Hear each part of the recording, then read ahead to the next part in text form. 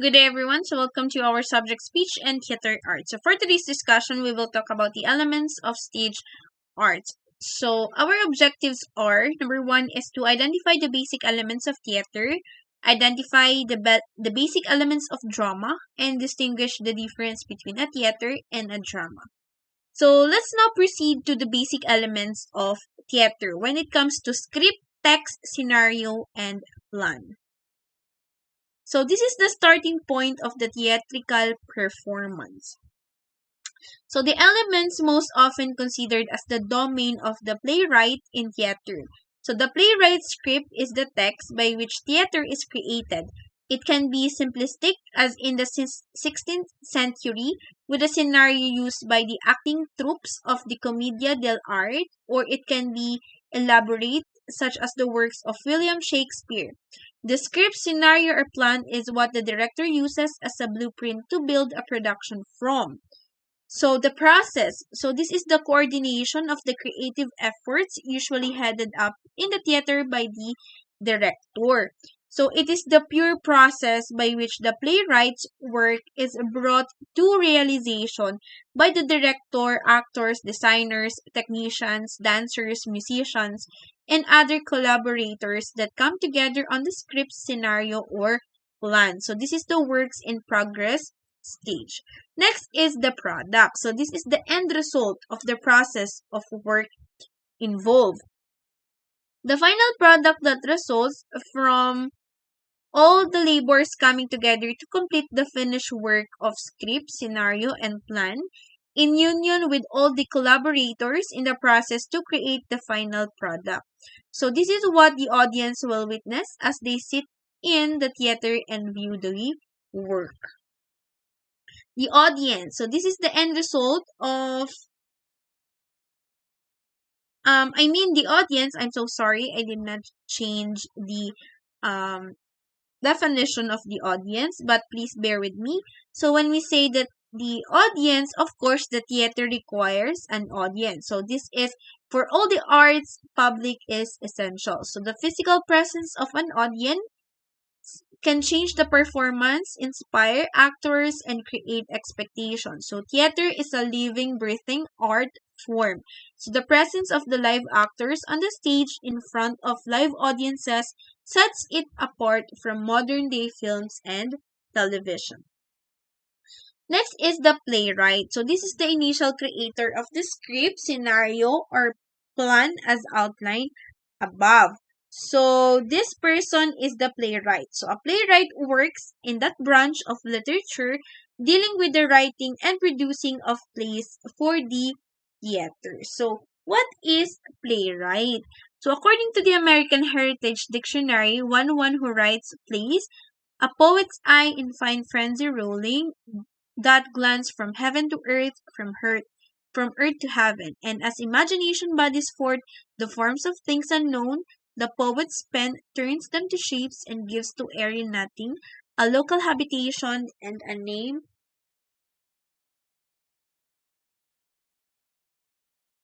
This use. So these are the steps of the playwright's work. So the basic steps involved in the development of the drama. So these are the following. So playwriting and creating drama for each playwright is distinctively different. So plays can develop out of any combination of starting points and patterns. So the processes by which drama is created for each playwright can be varied in the steps used to create the text. So these are the steps. Number one is coming up with thought, theme, ideas to be expressed through the work. Determine the genre and style of the work, outlining basic action of the work, and creating plot.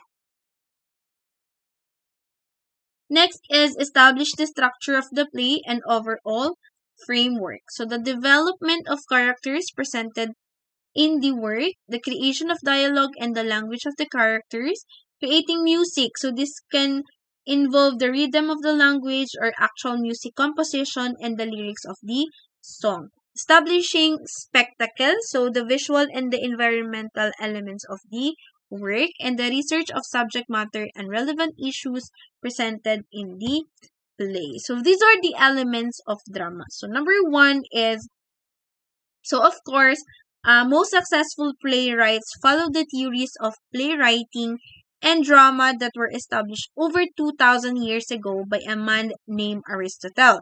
In his work, The Poetics, Aristotle outlined the six elements of drama.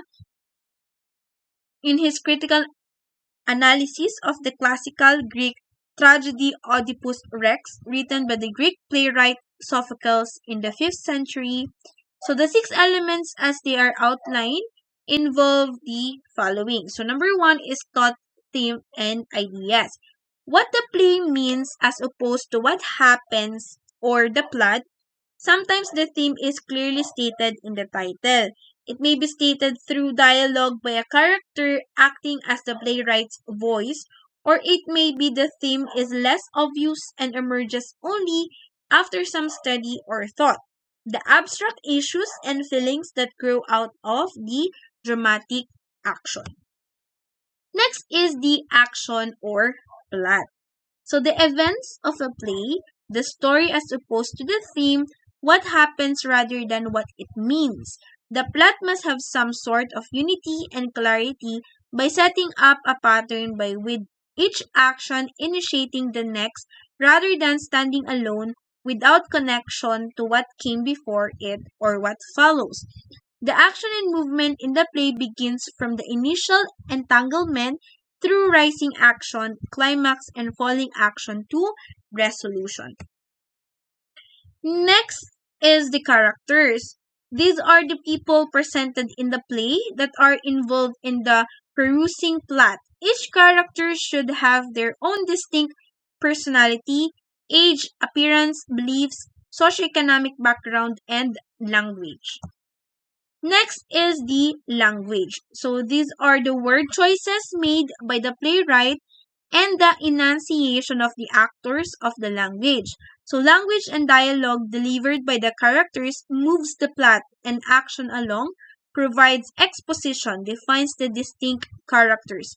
Each playwright can create their own specific style in relationship to language choices they use in establishing character and dialogue. Next is the music. So music can encompass the rhythm of dialogue and speeches in a play or can also mean the aspects of the melody and music compositions as with musical theater. Each theatrical presentation delivers music, rhythm, and melody in its own distinctive manner. Music is not part of every play, but music can be included to mean all sounds in a production. Music can expand to all sound effects, the actors' voices, songs, and instrumental music played as underscore in play. Next is the spectacle. So the spectacle in the theater can involve all of the aspects of scenery, costumes, and special effects in a production. So the visual elements of the play created for a theatrical event, the qualities determined by the playwright that create the world and atmosphere of the play for the audience's eyes.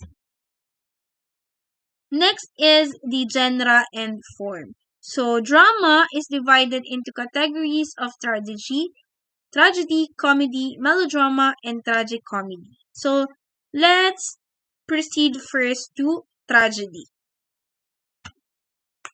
So tragedy is an imitation of an action that is serious, complete, and a certain magnitude. So the tragedy is presented in the form of action, not narrative. It will arouse pity and fear in the audience as it witnesses the action. It allows for an arousal of this pity and fear and creates an effect of purgation or catharsis of these strong emotions by the audience.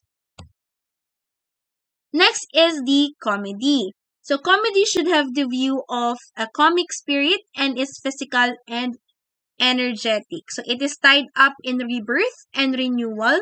This is the reason most comedy end in weddings, which suggests a union of a couple, and the expected birth of children. In comedy, there is absence of pain and emotional reactions, as with tragedy and a replaced use of man's intellect. So the behavior of the characters presented in comedy is ludicrous and sometimes. Next is melodrama. So melodrama is a disaster and differs from tragedy significantly in that forces outside of the protagonist cause all of the significant events of the plot. So all of the aspects of related guilt or responsibility of the protagonist are removed. So the protagonist is usually a victim of circumstance who he is acted upon by the antagonist or anti-hero and suffers without having to accept responsibility and inevitability of fate. Next is we have the tragic comedy. So it is the most like of all of the genres. So it is non-judgmental and ends with no absolutes. It focuses on character relationship and shows society in a state of continuous flux. So there is a mix of comedy and tragedy side by side in these types of plays. Next is we have the dramatic structure. So dramatic structure involves the overall framework or method by which the dramatic material and or by which the playwright uses to organize the dramatic material and or action. So we have the basic characteristics of the cause to effect arrangement. These are the clear exposition of situation, careful preparation for future events, unexpected but logical reversals, continuous mounting suspense, an obligatory scene, and logical solution. So this is the dramatic structure. So you can see here, like the plot of the story, the plot of the play involves characters who face a problem or conflict. So in here, the exposition, the characters and conflict are introduced, and then the tension builds, and then the climax. So this is the highest tension, and then again the resolution. So that's all for today's discussion. So I hope you understand something from our topic. So for your performance activity, answer the following questions. This consists of 30 points. Put your answer in the comment section below by following the format. Your name, your cluster, and your answer. And the deadline of submission is on January 18, 2024, 8 p.m. only. So do you know these popular stories? So, number one is we have the Hansel and Gretel, the Little Red Riding Hood, the Sherlock Holmes, the Beauty and the Beast, the Robin Hood, and the Little Mermaid. So, if you have read those stories, which one was your favorite? And you have to narrate and summarize the story. So, you just have to choose one and you have to narrate and summarize the story. So again, if you have any questions or clarifications, don't hesitate to chat it in our official group chat. So thank you very much and God bless.